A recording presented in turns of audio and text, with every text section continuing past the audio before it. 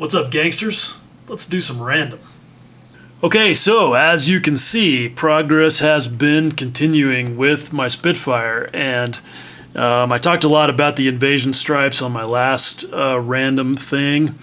Those are all done. I've got them on the fuselage back here. You can't see those in this view, but they're on there. Something else that I had to do where I learned a good lesson is using these HGW transfers. You can see right there that I've got it behind the fuel filler cap and then where the walkways are. And I learned a valuable lesson with those things, and that is look through all the instructions and follow them exactly when you finally find them, because when I took them out of the package, if I can find it, I think I've still got it here. Maybe. Yeah, here we go. The package basically says put them in water to remove them from the paper, which you can see here. That's what the paper looks like. Anyway, remove them from the water. I didn't use hot water. You don't have to. Apply like a regular decal, let it dry, and then remove the transfer, the film. And what's awesome about these is that they leave you with no carrier film whatsoever, which is fantastic for lots of obvious reasons. And my plan was, as you can see, to put them on there and then sand them very lightly to provide a kind of a worn and faded look. Well, when the first time I used them was down here on the wings where the walkway demarcations were, and when I went to peel the clear film off 6 to 8 hours later, about half the letters came too, and that was an obvious fail. And what I had missed was that inside of the instruction sheet, which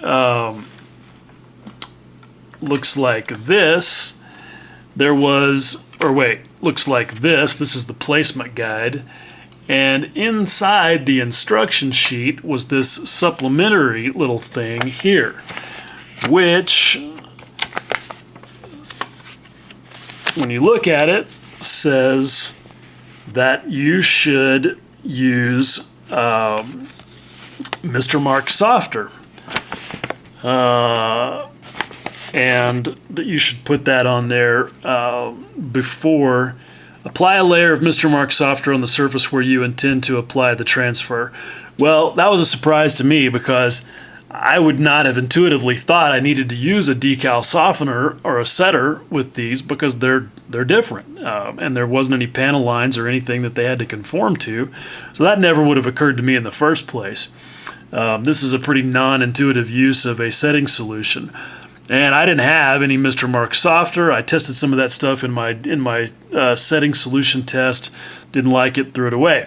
So after my fail and after getting told by dudes in Scale Modelers Critique Group that I needed to look better at the instructions, I used some Microsol, and it worked fine. I just put a layer of it down with a brush, put the transfer in place like it said to, burnished it good with the Q-tip once things, stopped wanting to move around on me, and peeled the film up, and it worked great. They absolutely came out perfectly.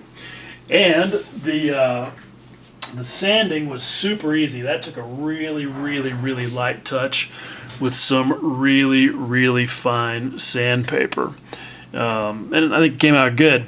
After all that, it was time to do lots of panel line washes. And you can see I've been at it. And I use the Tamiya panel line accent colors. They're fantastic. They're just so convenient. They're enamel.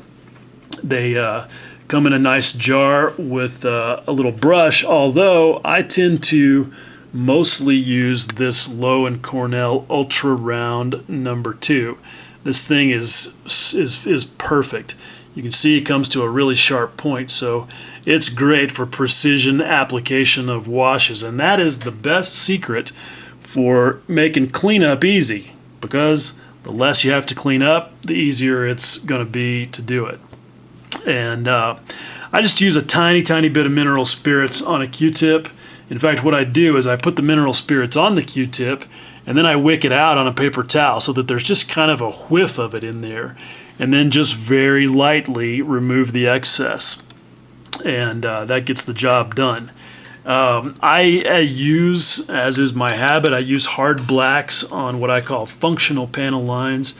So things like these hatches or covers, whatever you want to call them, for the gun bays, control surfaces, ailerons, things like that where it needs them.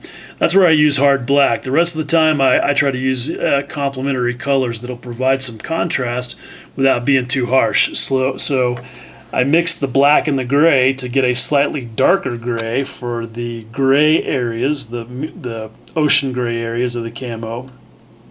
I use just the straight gray to get a little bit of contrast in the blue on the roundel.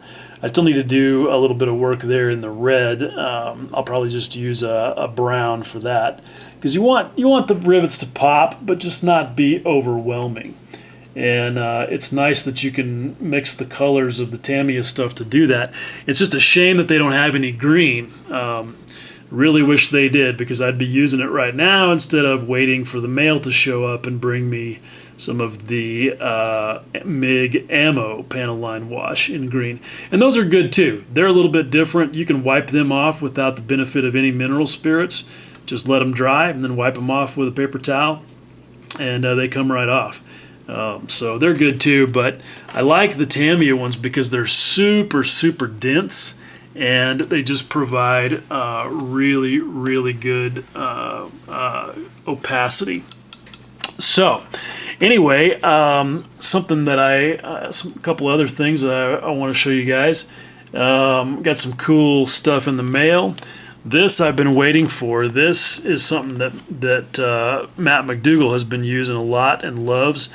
This is the RB Productions version of the texture stencil template, whatever you want to call it, except as you can see, it's made out of photo etch, and I was surprised at how small it is, but it's great because if you guys have seen me talk about the R-Tool FX texture stencils, they're fantastic.